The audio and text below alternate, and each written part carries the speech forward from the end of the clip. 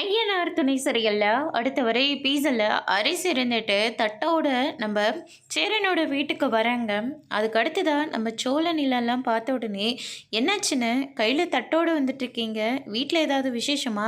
சந்தையா கூட இங்கே தானே இருக்காங்க, அப்போ எப்படி நீங்கள் விசேஷம் பண்ண முடியும் அப்படின்னு சொல்லிட்டு கேட்கவும், அதுக்கு அடுத்ததாக வந்து பார்த்தீங்கன்னா அண்ணனை தான் பார்க்க வந்தேன் அப்படின்ற மாதிரி வந்து சொல்லிடுறாங்க.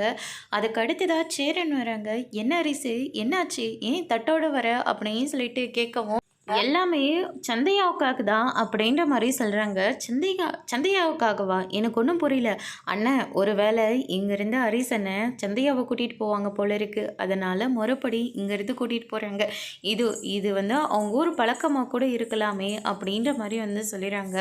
அதெல்லாம் ஒன்றும் இல்லைப்பா, இதெல்லாம் அந்த ஊர் பழக்கம்லாம் கிடையாது. பொண்ணு கேட்டு வர்றது, பொண்ணு அவங்க வீட்டுக்கு கொடுக்குறேன்னு சொல்கிறதும் இந்த ஊர் பழக்கம் இருக்குல்ல, அதனால தான்.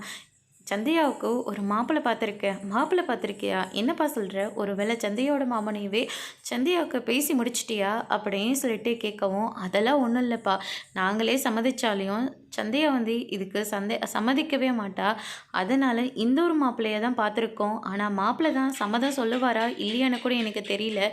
அப்படி எந்த மாப்பிள்ளையை பார்த்து வச்சுருக்கீங்க அப்படின்னு சொல்லிட்டு கேட்கவும், எல்லாம் இந்த வீட்டு மாப்பிள்ளை தான். இந்த வீட்டு மாப்பிள்ளையா? எங்களுக்கு ஒன்றும் புரியலையே.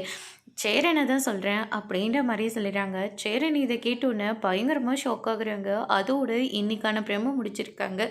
சந்தியாவை கல்யாணம் பண்ணிக்க சேரன் என்ன சொல்ல போகிறாங்கன்றதை வெயிட் பண்ணி பார்க்கலாம். தேங்க்யூ.